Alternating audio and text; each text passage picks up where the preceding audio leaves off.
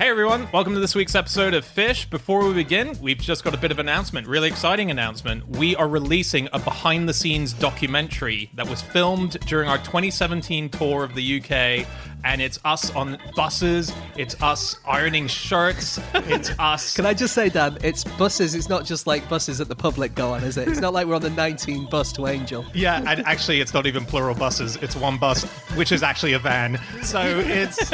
I'm just trying to big it up here. What it is if you ever wanted to see what it's like when we actually go out on the road and we visit all these places in the UK and put on these shows, it's a sort of just little background insight. It's like a very less funny version of Spinal Tap. Yeah. It's if you want to know some kind of like weird twisted secrets from Andy's past, or some weird twisted secrets from James's past, or some perfectly normal innocent secrets from my past, then they're all in there. There's some interviews. We were interviewed, and there's some of us just pissing around, really. Yeah. This is going to be available on Monday, the 29th of January. It's going to be online exclusively. That's right. We said no to HMV. What about people who aren't online? They will live in ignorance. This will bring the last of the world onto the internet. Yeah, you can get it on iTunes this Monday, and you'll be able to get it from Google Play and Amazon in the very near future. It's $1.49 per episode, and it's $4.99 for the bundle of 4. And what's it called? This is the highlight, Andy. This is why we deliberately saved this till last. Yep. Should we all say it together? Sure. It's called... No such thing as a fit presents Behind the Gills. It's called Behind the Gills. Get it now. Yeah. Okay, on with the show. Do we have us saying behind the gills clearly enough? It's called Behind the Gills.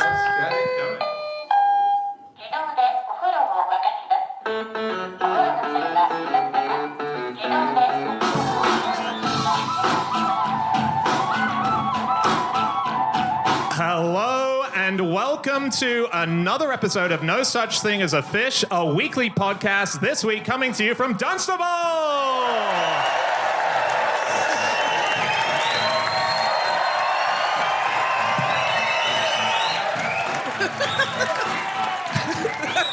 See? My name is Dan Schreiber, and I am sitting here with Anna Chazinski, Andrew Hunter-Murray, and James Harkin. And once again, we have gathered round the microphones with our 4 favorite facts from the last 7 days. And in no particular order, here we go. Starting with you, James Harkin. Okay, my fact this week is that King Ferdinand of Bulgaria was so scared of being murdered on the Orient Express that he locked himself in the toilet. Wow. Had he read the book? Is that why? So, amazingly enough, this happened at the turn of the 20th century. So it happened before the book. So the book came out before the book, which came out in 1934, and before the film, which came out 2 weeks ago. Wow. Did he lock himself in the toilet for the whole journey, do we know? No, we know that he definitely didn't do it for the whole journey, because one thing we do know is that as soon as they got into Bulgaria, he decided he wanted to drive the train. And isn't it the case that when he got given the controls, I know that it's very hard to mess up driving a train because you're on a track, but he would put the speed up because he was a speed freak, and it would go exceptionally fast, and they were worried that it was going to derail because he was just loving the... Yeah, that's true. Do we know why he was so scared? I mean, were people after his head, or were trains just known for murderers in the olden days? It's a bit of the first bit, actually, because it was just after he'd become king, and he was known as Foxy Ferdinand. Oh. And he was known as that because he was a bit of a dandy, okay? And to start with, he wasn't very popular. For instance, Queen Victoria said he is totally unfit, delicate, eccentric, and effeminate, and he should be stopped at once. And in his country, by the end, they loved him, but to start off with, he was quite unpopular. He was, wasn't he? He was sort of a wimp, I think. That's so right. His mum seemed to control a lot of his life. Like, for instance, his mum got him the job as king, and it... I mean, that is how monarchy works, Andy.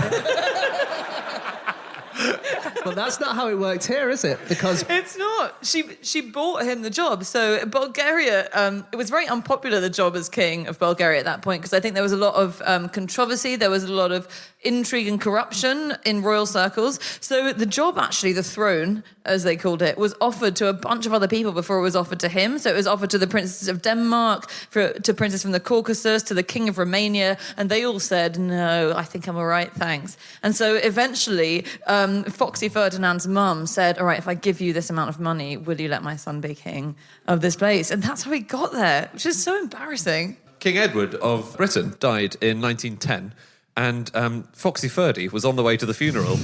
And he got in a massive argument over where his private railway carriage should go in the train because, things of precedence. He thought, well, my carriage should obviously be right at the front behind the driver. And he lost to Archduke Franz Ferdinand. So Archduke Franz Ferdinand got his carriage to go right behind the driver. But that meant the Archduke would have to pass through King Ferdinand's carriage to get to the dining car. And Ferdinand just locked the door. He just said, no, you're not coming through. But things all worked out okay for Franz Ferdinand, didn't they? So, Oh, dear. on the bright side. It's actually a really nice thing. It's too soon, weirdly. Is it? I think when it's over 100 years, you're in the clear. Yeah. It's weird. We have talked about him before. If you've listened to the podcast for a while, it's quite nice because one of our main podcast facts about 2 years ago was that Kaiser Wilhelm once slapped him on the bottom, and he was so offended by this that he was going to give him an arms contract, but then he gave it away to someone else. And in that show, we talked about Kaiser Wilhelm a lot. So now we're kind of coming back. Like if you did a series, you cover one Yeah, we're character. seeing it from the other angle, aren't we? We are, yeah. He was very upset about the bottom slapping. It's like that new episode of 50 Shades of Grey, isn't it? From Grey's side. I didn't know that was what it was. And with the slapping part. Yes. Oh, yeah. A lot of body slapping in 50 Shades of Grey, I gather. I think it's written a bit different to how you just... He walked in, saw the body. That's getting a slap, he said. E.L. James, I really regret getting Andrew Hunter Murray to ghostwrite the second one. I read another method of how a Bulgarian, or in this case, all of Bulgaria, avoided being killed, and it is. And I've been assured that this is not true, but I think it's worth saying. And the nice thing is we've now got that on tape, so you can stitch that before any fact Dan says in the future ever. No, but so this is true. In Bulgaria, when a Bulgarian is signaling yes when you ask them a question, they do it with a horizontal... They shake their head. They shake their head as what we would know as no. That's they right. shake as a yes. And when you ask a question that is a yes answer, they don't do a full nod, but they do an up, which is what we would take to be yes, right? Is that, sorry, someone just said yes. And do we have a Bulgarian? That is true. Yeah, so that... I know no one that's knows. true. If we have a that's Bulgarian, we won't know whether they are in the audience, because are you a Bulgarian? Yes. Well, confusingly, apparently, if you're talking to a Bulgarian and they know that you're from some other country, No. they then reappropriate it, so they do that the opposite way. So it's very confusing because you don't know which one is the right answer to it. This whole thing was about how they stopped being killed. Yes. Yes. So apparently this goes back to the Ottoman times, and this is when Turks used to hold a sword to the neck of them and to the Bulgarians and ask them, and it was on an angle to ask them, are you a Christian? And to say that they were, they had to change it because that was the most efficient way to not slice their neck through a movement of a sword being held tightly They could have against just them. said it. Yeah. They could have just said it. Yeah, I didn't... That's why I was told it's not true. Okay. But worth saying, right? Oh, yeah, Well, absolutely. Yeah, absolutely yeah. worth saying. Oh, yeah. The Orient Express was amazing, though. Even more amazing than that. It was amazing because so many great people travelled on it. It was, if you were famous or if you were a world leader, then you travelled on it. So King Leopold used it to transport himself to Constantinople, where he'd made some complicated arrangements with a harem to infiltrate a harem, so he could get involved in that. The president of France travelled on it at one point. This was actually in 1920. And in 1920, what happened was there was a guy working the signal box, and a man wearing pajamas stumbled up to him in the middle of the night and said, "Hey, please help me. I've just fallen off off the train. I've fallen out of the window and off the train. I'm the president of France. And the guy in the signal box said, and I'm Napoleon Bonaparte, according to those accounts. But it turned out it was actually the president of France. It was Paul Deschanel of France. He'd fallen out of the window of the Orient Express, and he had to resign very shortly afterwards because it was so humiliating. No. Yeah.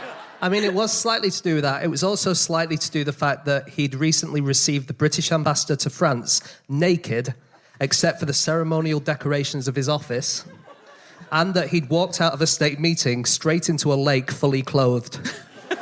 Whoa. So there's a few other circumstances going on there as well as the Orient Express thing. It was the straw that broke the camel's back, and it was It's what he told his wife. Ill camel. It's when I fell off the train. That's what did it.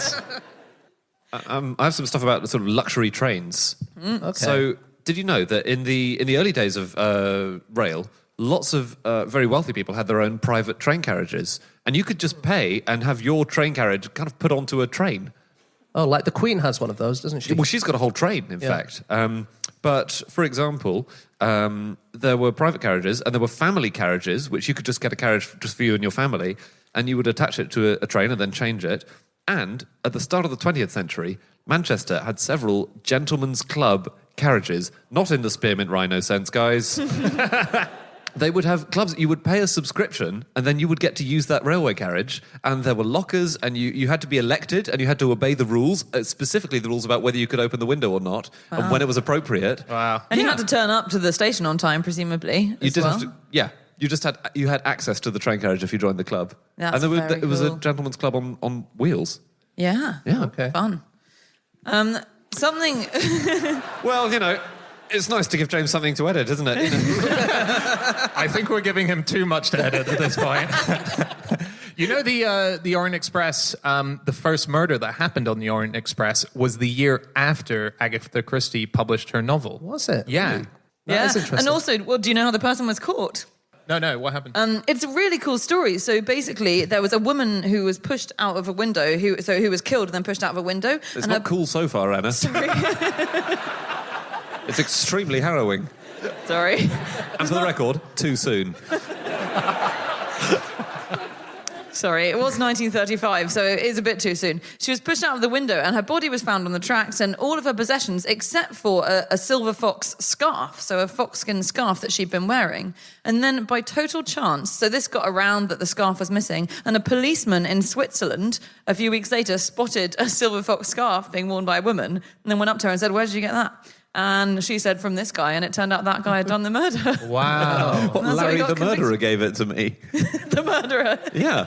I got it from a guy who called himself Mr. Murderer. It's crazy to give away the one bit of evidence that links you to a crime, to a random person. It was pretty stupid, It wasn't was it? very stupid. Yeah. So the surrender at the end of World War I was signed on the Orient Express.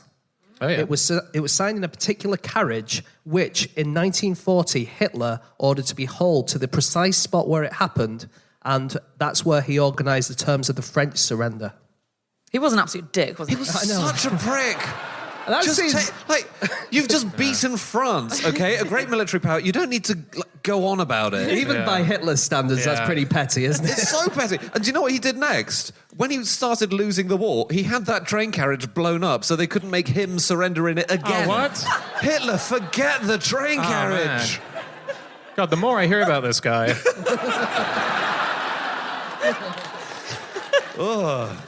We need to move on to our second fact, guys. I just have one tiny thing. Yeah, go for This it. is about the Queen's private train. She's yeah. got the royal train, and it's actually pretty dowdy inside. It's not, really blingy and Louis XIV-ish. It's pretty cool and calm.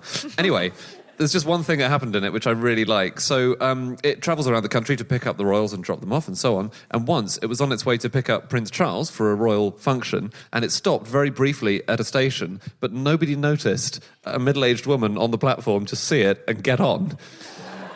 And she just sat at one of the tables in the dining car, and it is quite well decorated and opulent. It's not a standard train. And she just sat there, and a member of staff was walking through and said, "You do know this is the Queen's train, don't you?" And she said, "No, I did not know that." I'm sorry, when do we get to Slough? And she was given some light refreshments and then escorted off at the next stop. I should have let her stay. And she's out there somewhere. She knows the other side of this story. Let's move on to our next fact. Okay, it is time for fact number 2, and that is my fact. My fact this week is that the new goalie of the ice hockey team, the Belfast Giants, is allergic to ice. Allergic to ice. That is amazing. Yeah, and How do we know he's allergic to ice? He's told us. They noticed when after a match he went into a really cold bath, and as he was sitting in the ice cold bath that they have, he was breaking out on top, and then the breakout, which was sort of raised red lumps, got really dark below, and they quickly got him out, and they said, you have this disease, which is a condition of you're just allergic to cold temperatures. You're highly sensitive to it. And so as a result, when he is playing on the ice, he can't stay still. He has to keep his blood circulating and moving around and so on. Yeah, so when the game is going on the other side of the ice, what's it? Rink? The rink. He's there sort of just... Because the other side of the ice implies the underside of the ice, isn't it? Yeah. That's okay. So this guy's called Chris Truell, and he started playing with the Belfast Giants. I believe he's a junior goalie. He's so there's 3 of them, and so he just constantly has to move around. But otherwise, he's a goalie. That's the thing. So does he sometimes have to move around out of the goal mouth? This is the problem. Yeah. I mean, I don't know if it is a problem, but I assume that is a problem. Sounds like a problem. Yeah, it does, doesn't it? Yeah. I think He's really cool about it, though. If you watch an interview, he's very much like... But he's it's not an too issue. cool because he breaks out. He's not too cool. Yeah, it's an allergy to the cold, right? Yes. It's not... Because there's a different allergy, which is an allergy to water, which is like you can be allergic to your own tears and stuff, can't you? So every time you cry, you then cry even more. But it's not that. It's the coldness of it. Yeah, it's cool. I've been avoid saying the word because I can't pronounce it, but it's urticaria. That's did I pronounce it right? Urticaria. That's the condition that he has. And the test for it is very simple. The doctor will just hold a piece of ice against you and then see if you come out in a red lump. Yeah, I mean that makes sense, right? I'm not saying there's a better test. No, I mean that literally is the test. It's like finding out if you're allergic to bees by a doctor holding a bee to you and letting it... Is that the test for bee allergies? It seems like it couldn't be. The doctor doesn't say, hey, eat a load of these walnuts and we'll see what happens. Well, yeah. All right, you're fine on those. Let's see if you're allergic to wasps. All right, let's bring that up. Do you know what one way of telling if you've got an allergic reaction is, which I'd never heard of, is something called baboon syndrome. Oh, what's that? And that's... Well, what would you guess? What's the defining factor? Ooh, you get a big bum of red... Yeah. Big red bum 50 Shades of Grey again. And he came in with a big bum of red. Yeah, it's having a big red bum, and it's one of the ways you can exhibit allergic reaction is bright red buttocks, particularly a penicillin reaction or like a nickel reaction. But specifically to the bum? Specifically to the bum, and yeah. You can just have eaten some penicillin and then your bum goes red. Yeah. That's amazing. That is amazing. Baboon syndrome, yeah. I have another ironic sports allergy. Oh, yeah? There's a jockey, a very young jockey called Sean Bowen. He raced in the Grand National a couple of years ago. As a child, he was allergic to horses. And he grew up, he would get eczema anytime he went near a horse, but then he grew out of it. And then he would practice by sitting on a sofa and whipping it. He would sit on the arm of the sofa and thrash it. Oh, that's so funny. Do you know who else was allergic to horses? Clint Eastwood. No. Yep. No way. Yeah. All his movies, he had stunt doubles, and he would do it, but he would break out if he was on a horse for too long. But yeah, Clint Eastwood allergic to horses. Wow. That's why he looks so pissed off all the time. Yeah. Anna, before you were saying about the person who was allergic to their own tears, there was a woman who was allergic to the allergy medicine she took to deal with her allergies. Oh, man. So basically, she got ill with some other allergy, and then she took an antihistamine called Benadryl, and then that caused her shortness of breath, wheezing, and she went to hospital, and then when she was in hospital, they gave her more Benadryl. Oh, my God. Oh, what? God. Oh, my God. Harrison Schmitt, Apollo astronaut Harrison Schmitt, one of the only people to land on the moon, was allergic to the moon. Oh, yeah. Can you believe that, though? He was allergic to the moon. So you might think that's really weird because you're in a suit when you get onto the moon. It was when he got back off the moon into the capsule and they took the suit off, and supposedly the smell is of like gunpowder sort of smell.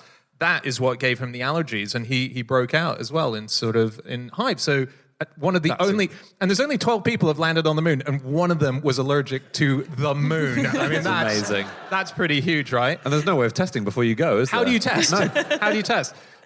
Tennis player Leighton Hewitt, allergic to grass, as in the floor of the Wimbledon courts. Yeah, not weed. You know, horses can be allergic to grass. Horses can be allergic to grass? Yeah, horses get allergic to grass, and they have to... It's really sad. So there's a woman who's got a horse, and you have to cover them in this big anti-allergy sock from head to toe, and you get allergies to grass and hay and seeds, all the nuts and seeds that they get fed. It's amazing that you can describe a murder as pretty cool, but a horse wearing a giant sock is somehow really sad. I know.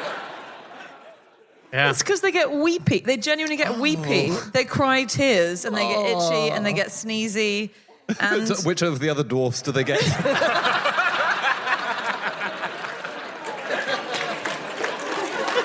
The cure for it is to rub on some Doc. There we go. Nice one. So if you're hypersensitive of the whole of just everything, like electricity and stuff, you can go to a town in America. It's in Arizona. It's called Snowflake. No. Okay. And it doesn't get its name because it's full of snowflakes, like moaning millennials or whatever. Yeah. It gets its name because it was founded by two people called Erastus Snow and William Jordan Flake. no way. What? That's incredible. Isn't that amazing? Do you think they thought, well, we better found something now because we've met? What do you think? Flake Snow? Wait, and so they founded a town for people to escape their allergies? No, they founded a town. They were Mormon pioneers, but they founded it well away from cities and stuff like that. So if you're allergic to Wi-Fi or you think you are, and electricity and stuff like that, then this is a place where you can go and be away from that. Where did you say it was? It's in Arizona. Arizona. Oh, that's really remote. Well, Some of it is. Remote. Yeah. Phoenix. Phoenix? No. When was that? Was that 19th century or recently? Well, it was founded in 1878, but people are going there now. But this was a real thing. When allergies came into the world, A, we don't know where the hell they appeared in the world. It was in the 19th century. And then B, it became a really fashionable thing because it was the wealthier classes that were allergic to stuff, wasn't it? And so there began to be hay fever holidays that were recommended. And that would be, if you lived in New York, the idea was that you were getting allergic reactions to the city, like you say. So Lake Superior and the White Mountain, New Hampshire, they would all advertise like hay fever holidays or allergy escapes, which is a way to get away from your allergies. It was a very fashionable thing to have. Yeah, it's very cool. Anything about hockey? About ice hockey? Yeah, sure, yeah. So this sounds quite cool. Underwater ice hockey. Whoa. Okay. It's played upside down underneath frozen pools. No. So that is the other side of the ice that I was talking about. Wow. And they use a wooden puck so it floats. And basically, you can only stay under... They don't use breathing apparatus, so you can only stay underwater for 30 seconds, and then you go back up, and then you go back down again. How? And it's next goal wins, so it's only one goal. Whoever scores first wins. Wow. Is it? They're not wearing all the hockey stuff, are they? Well, they have a stick. They have a stick, but are they in trunks and with a stick? Trunks and stick. That is amazing. Yep. Don't confuse it with underwater hockey. Underwater hockey is on the floor of a swimming pool with a sinking puck. So you have a really heavy sinking puck. It's on the bottom, and you're playing it along the bottom of a swimming pool. But how can you hit something underwater and have momentum? Yes, momentum still works underwater. I mean, the laws of physics still work underwater, but you are right that it's more viscous, so it would be more difficult. Like, it'd be really hard, right? Yeah, you yeah, would hit it, and it would... It's harder. The whole thing sounds harder. Almost everything is harder underwater. Swimming's not. Swimming is one of the very few exceptions to this rule, Dan. But mostly, you have a fry an egg underwater, it's a nightmare. That's true. Not poaching an egg, Andy, actually.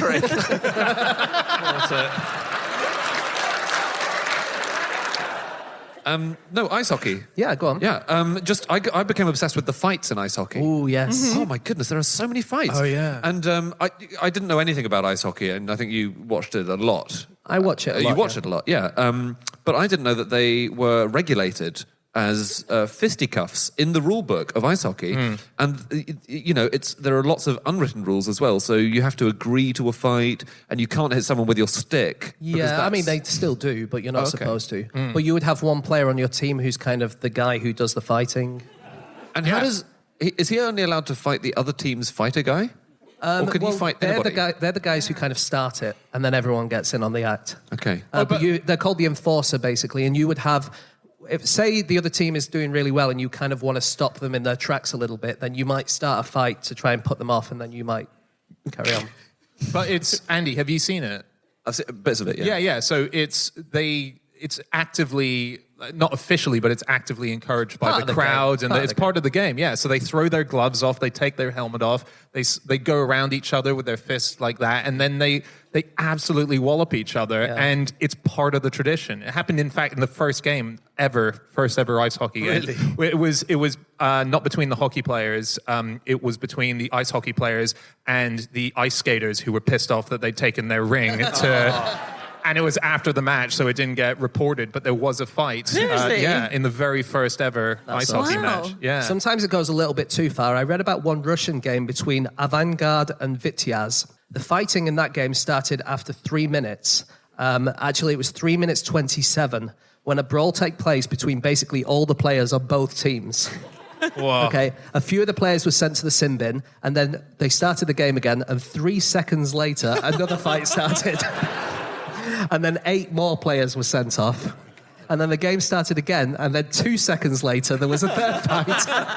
And then at that stage, so many people had been sent off that they couldn't carry on the game, so they just abandoned it. Oh, my God. And both teams were given a 5-0 defeat. Both teams lost 5-0.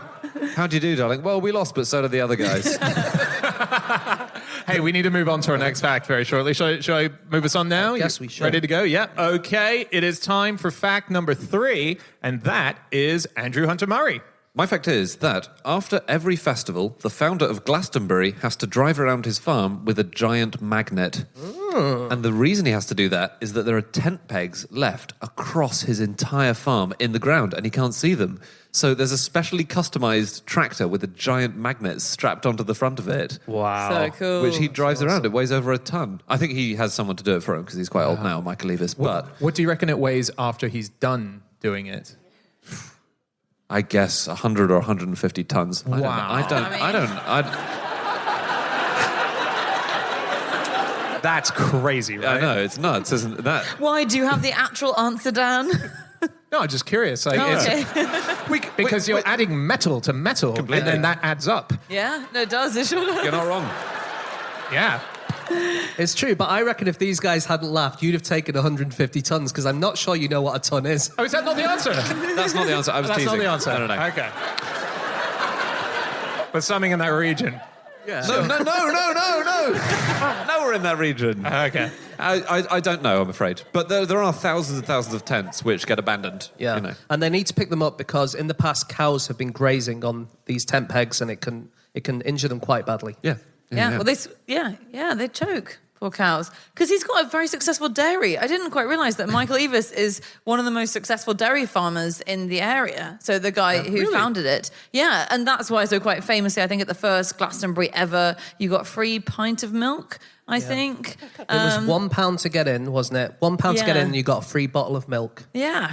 And then at the most recent Glastonbury, you could see pole dancing robots make a cucumber trumpet and jump off a trawler ship shaped like a fish. It's lost its way, hasn't it? It's lost its way. No free milk. Do you get free milk still? No, mate. Bloody hell. He does. He's a judge of cheese competitions, though. He's an absolute dairy pro. At the festival? Not at the festival. No. I've completely misunderstood what the festival is like, I think. I've never been.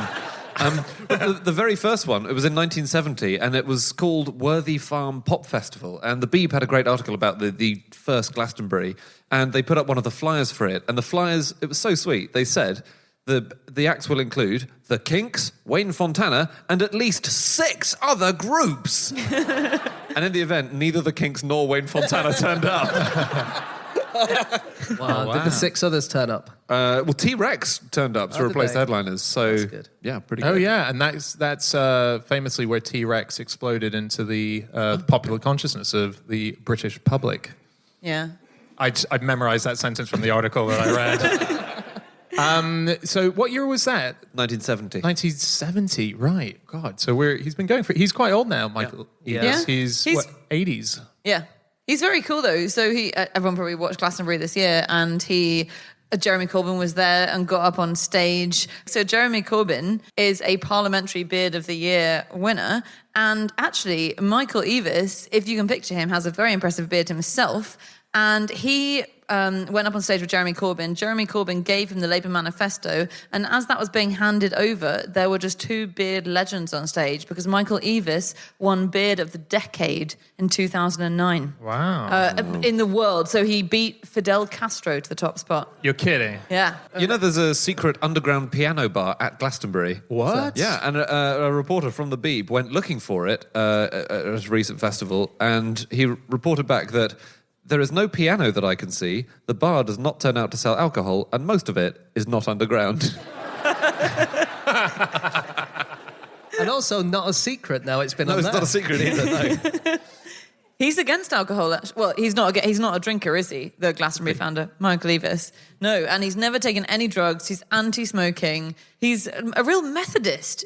I can't tell if it's a disappointment or really nice. But, yeah, and he always wears shorts. This is the thing he's famous for. He always wears shorts, whatever time of year it is. And do you know why he does that? Likes to keep his legs cool. That makes a lot of sense, He's actually. got lovely calf muscles. Yes, it's No. that. It is that. What? He's a very famous kind of, liberal hippie campaigner, and he was an anti-Thatcher march in the early Thatcher years, and he said his GP's wife was walking behind me, and she said, "Do you know, Michael, you've got the most amazing legs." And no one had ever said that to me before, and so I've worn shorts ever since. I love the idea that maybe it affects everyone. So when he meets all the bands, Coldplay will come up to him like, "Hi, oh my goodness. What are those?" Just everyone's... Yeah, stunned. Oh, yeah, nice. Some other cool festivals from around the world. Yeah. The Untold Festival took place in Transylvania, and you could pay with your blood. Whoa. Yeah. If you signed up to become a blood donor, you got a discount. And if you showed up in person at a centre nearby, then you would get a free one-day ticket on the spot. Wow. But wouldn't you be a bit tired to enjoy the festival? Yeah. It tires you out, doesn't it? Have you I mean, you can still hear music. Yeah, it's not too bad a problem. I've got one, James, I yeah, really go on. like. This is from last year. It was the Newfoundland Lobster Festival. Yeah. And what I like about it is that due to a mess up of transporting the lobsters to the festival, they didn't have any lobsters at the festival. And so instead, everyone had to eat hot dogs. It was on an airplane, and the airplane went to the wrong destination, or they put it onto the wrong carrier. What? Yeah, so it got delivered to a whole different place. And they're like, "We're waiting for the lobsters." Why, if they have to get their lobsters over by plane, why are they having a lobster festival? It's a very good Yeah. point. I know. I'm not sure. were the Because maybe lobsters they got it from a delivered to? great lobster place like Florida or something like that. Then And- have the festival in Florida. No, but they live in Newfoundland. They can't. They But can't why- just so don't have the festival. Like, no, but they want to. I don't have a Caribbean festival in South London, do I? Yeah, but you could, because that's what people do. But why would I fly in 3 tons of sand? It doesn't make any sense, Dan. I'll just have a South London festival. Okay, that's true. But Where did the lobsters end up? Do we know? No, just a different place. And then the problem is by the time they got there, this was the complaint. They said some of the lobsters had died, which is what I thought you'd want when you're about to eat one. So that shouldn't be a problem. Do you want? Oh, you want them alive right up? Well, you keep them alive in your bath, don't you? If you buy a lobster to eat, then Yeah, you That's put one it of the other in your things that's bath. easier to do underwater is keep a lobster alive. So there's 3 now. So you were just saying about transporting these lobsters. Yeah. There was a mud festival in New Zealand called Mudtopia, and they transported 5 tons of mud from South Korea. Wow. Those mud salesmen must have thought all their Christmases had come at once. Well, we've had another year of no orders. I guess it's time to shut down the mud export ring, business. ring, ring. Hello? It's New Zealand with like 5 tons of mud. 5 tons! We've only got 4 tons. We're back to going out of business. No, that's true. And basically, I mean, just to finish it, they needed this mud for the mud festival, and they said, the local councillor said, "I know there's a perception that we have enough mud ourselves."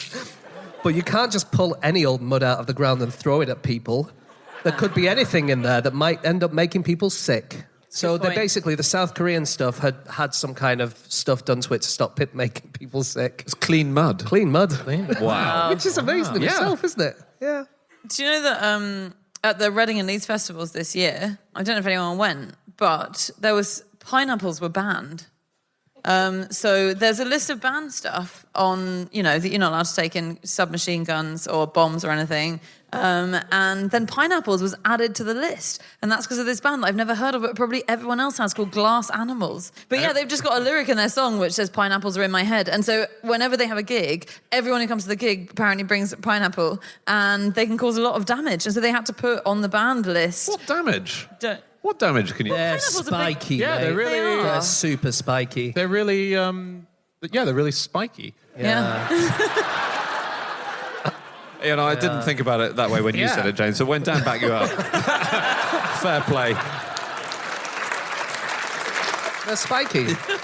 Okay, maybe in future shows we can get everyone on the front row to throw pineapples at you. How would you like that? Yeah, it's fair. You've only ever seen them in those chopped up cubes in Marks and Spencer's, haven't you? I'm normally being presented them at an ambassador's dinner. Yeah. In the 70s.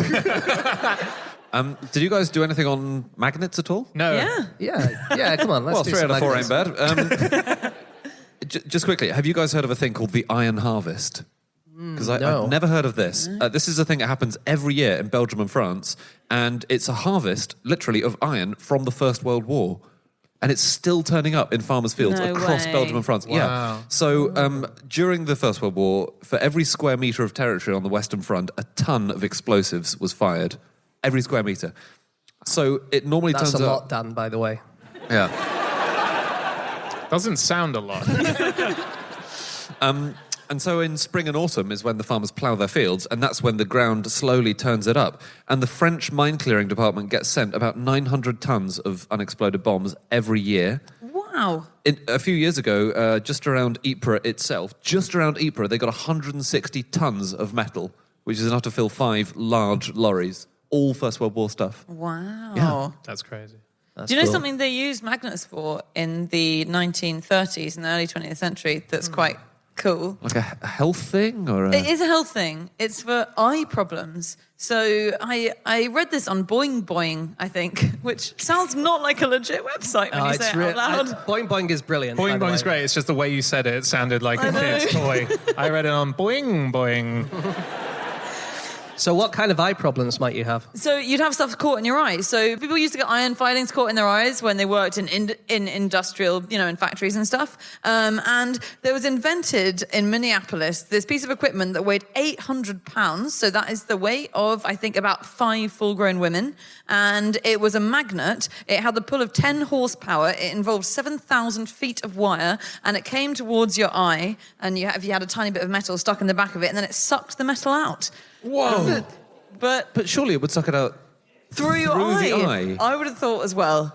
I've only seen the advertisements in the British newspaper archive. I think if you got something in your eye, it's not going to be directly behind your eyeball, probably. It'll just, It's not. Yeah. I wouldn't risk it. It could come out through the lid. I don't know. 10 horsepower is more than you need to suck a tiny bit of metal out of your eye. But You would think one horse could do that. Yeah. Hey, we need to move on to our final fact of the show. Okay, it is time for our final fact of the show, and that is Chazinski. My fact this week is that during World War II, the owners of Foyle's bookshop protected the store from Nazi bombs by covering the roof in copies of Mein Kampf. So good. It's so nice. Yeah. Yeah. It's not that nice, is it? Nice is the wrong word. Yeah. But it was fitting. So this is William Foyle who set up Foyle's, and so World War II he filled sandbags with all these old books, and in order to kind of bolster the shop against the bombs during the Blitz in London. And he said that he was covering the roof with copies of Mein Kampf, and newsreels at the time said Foyle's of London is stacked with copies of Mein Kampf in the place of sandbags. So That's cool. what he It's did. really cool. Just for context for overseas listeners, we make this podcast usually in Covent Garden, which is in Soho-ish area. On Charing Cross Road is Foyle's Bookshop, which is a 15-minute walk from where we work, and it's one of the most iconic bookshops in London. It's an independent bookshop, and it was known for its eccentricities, and it's been going for a very long time, and it's still one of the iconic bookshops of London. Yep. And Mein Kampf was a book by Hitler. It's Who one was of a the bit of a cock. Oh, what's he done now? Is there more? It's not even the only time that the Foyles had a run-in with the Nazis. So, in fact, earlier than that, Christina Foyle, who was the daughter of William, the founder, when the Nazis held their book burnings, she wrote to Adolf Hitler saying, "We'll give you a good price, we'll buy them, don't burn them," which is good. And then the reply was negative but respectful, apparently. Yeah. And then in 1939, Christina also invited Hitler, Mussolini, and Stalin to speak at one of her literary lunches. So they used to have these lunches with incredible figures from the world of literature, and she invited all three. Wow. Hitler replied that he had urgent business in Germany. Mussolini... And Poland.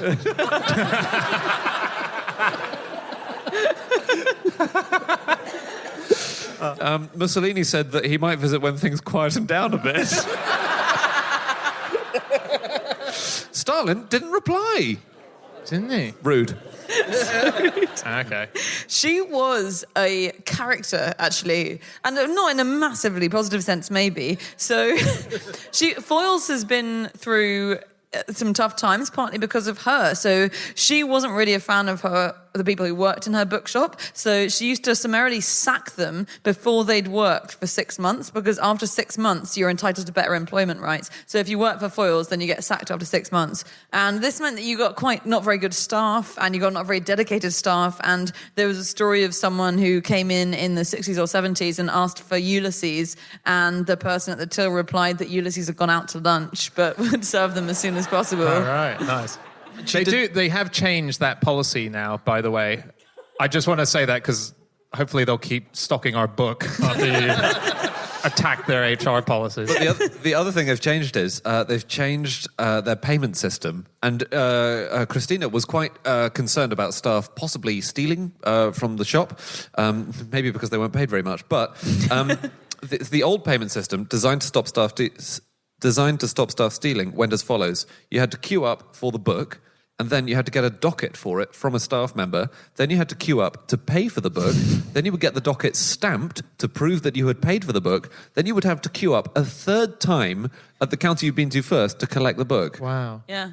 And also, she didn't even organise her books in any sensible way. She organised them by publisher, didn't she? Yes. So, do you know who all your books are published by? Because we're Random House, by the way, an excellent company, but no, you don't. And you can do it alphabetically or by genre. No, she didn't. Do you know when that lasted until? That lasted till 1999. No. Yeah. We should say, because it sounds like we're slamming them, but Foyles are obviously amazing. And also, all this information is on the most brilliant page on their website. So they're one of these sites that obviously has some amazing researcher working for them. And they've got a really good site, Foyles Bookshop, of their history and stories from Foyles. If you want to check it out. She died in 1999, Christina, and it really was the end of an era. But after she died, they had a refit in which they discovered a lift that nobody knew about. Wow. Yeah. Where did it go? Up and down, mostly.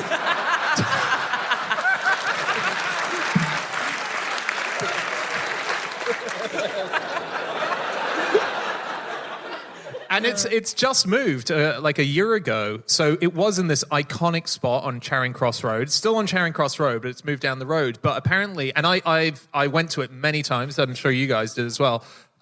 It was a labyrinth of these different weird tiny crevices. You could get, you find yourself hours going a new spot in the bookshop you didn't know existed. And it was a sort of in-joke amongst them at the shop, because they had an in-house staff magazine, and they always had a lost property section in the, lost and found.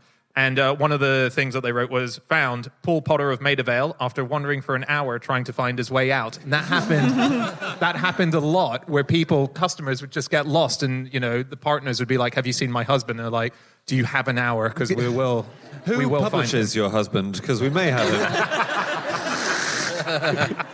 So Christina ran the bookshop after her father, William, retired in 1945, and she ran it until the 90s. And she claimed that she read an entire book every day, had never done her own housework or cooking, and she only ever drank champagne. She was asked what would happen if she lost her chef, and she said there was always milk, champagne, and smoked salmon in the fridge. Wow. Mein Kampf. Yeah. No, really? Current bestseller rank on Amazon. Yep. 1,471,284. Okay. So they're beating us, are they? The Mein Kampf team. But it's not even in the top 700 in the fascism category. Oh. It's number 701 in fascism. That's gotta hurt. But fascism and Nazi books do sell. There's a famous story about Alan Corran, the famous witticist and father of Victoria Corran. And he noticed that the most popular titles in Britain in those days were about cats, golf, and Nazis. And so he called his book Golfing for Cats and put a massive swastika on the cover.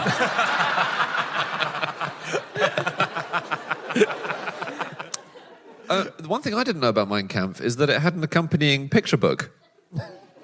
I'm not even kidding. Really? It was called The Hitler Nobody Knows. And it was designed to improve Hitler's public image.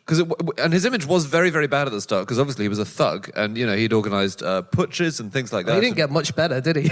He didn't get much better, but this in Germany turned around the public image of him a lot, because it was like a family album. It began with photos of him as a baby and photos of him as He still had a tiny little moustache. Ironically, he looked like Churchill. But it was massively popular. It sold over 400,000 copies by 1942. And this came along with Mein Kampf? It was another of the works designed to improve his public image. So it wasn't a buy one get one free thing or anything like that. Right. But yeah, Because they've released a manga version of Mein Kampf now, and someone here is a huge fan. So is Hitler portrayed as Japanese in it? I think he is, yes. I assume he is. So this is, weirdly, in Japan and Turkey, there are manga versions of Mein Kampf, and it was introduced a few years ago in Japan, and it sold 45,000 copies. Which is bizarre. And then in India, there's a version which is used for business and management students who are advised to read it. It seemed very different over there, I think, because they were quite geographically detached from the things that happened in World War II in Europe. Right. And they don't really get taught about the Holocaust as much as we do and stuff like that. So they just see it completely differently. So in India, they have a Hitler cafe, a Hitler fashion store, and Hitler ice cream. Really? Yum. We need to wrap up very shortly. Do you guys have anything before we do? I have one more story. It's about foils, though. Yeah. It's Christopher Foyle, who took over from his aunt, Christina. It's just an anecdote he told about a time when he was working in the shop and he wrestled a shoplifter, and I just wanted to tell you it because I love it. He said he chased him out of the shop, he saw him leaving, and they got into Soho Square, right nearby, and he said, I was very calm, very friendly. I said, excuse me, I think you might have some books there you didn't pay for. Would you like to come back to Foyle's and we'll just discuss it? Anyway, at that point, they usually come back quietly, or they lash out or run away or whatever. This chap lashed out. I remember he kept on trying to kick me in the groin. So what I did was, with one hand, I held him away from me by the knot of his tie. By the other, I held him by the end of his tie. Anyway, we ended up grappling, and I remember we were rolling around in the gutter, and the next moment I found myself being hauled to my feet by a burly policeman, and he by another. The curious thing about this man was there were books on breaking codes and ciphers. It turned out he was an officer in MI5. Okay, should we wrap up, guys? We're going to wrap up. Okay, that is it. That is all of our facts. Thank you so much for listening. If you'd like to get in contact with any of us about the things that we have said over the course of this podcast, we can be found on our Twitter accounts. I'm on @Schreiberland. Andy? At Andrew Hunter M. James? At James Harkin. And Chazinski? You can email podcast@qi.com. Yep, or you can go to our group account, which is @NoSuchThing, or you can go to our website, nosuchthingasafish.com. We have all of our previous episodes up there. We also have a link to our book, The Book of the Year, which is out now, and we're about to give a copy of it away to a member of the audience here tonight in Dunstable. We've picked out our favorite fact from the ones that you guys sent in, and have we got it here? Who was Andy? I've got it, and I'm just going to take my phone off airplane Oh, Jesus. mode. I am... Shall I do another Hitler fact? Yeah, great. Yep. Thank you. So during the Iran hostage crisis, the CIA managed to sneak some agents into Tehran, and they had false German passports. Okay, and one of the agents was stopped by the customs officials, and they said, something's wrong with your passport. He said, "This is the first time I've seen a German passport which has a middle initial instead of a full name." And they said, "Your name is given as Joseph H. Schmidt." And the guy was, "Oh my God, I'm going to get caught." And then he suddenly came up with a brainwave and he said, "Well, oh yeah, when I was born, they gave me my middle name as Hitler and I have special permission not to use it." That's clever, isn't it? Yeah, that's good. Did they buy it? Yeah, they bought it. Oh, nice. Wow. And Joseph H. was H. Henry by any chance, do you know? It was a made-up name, Dan.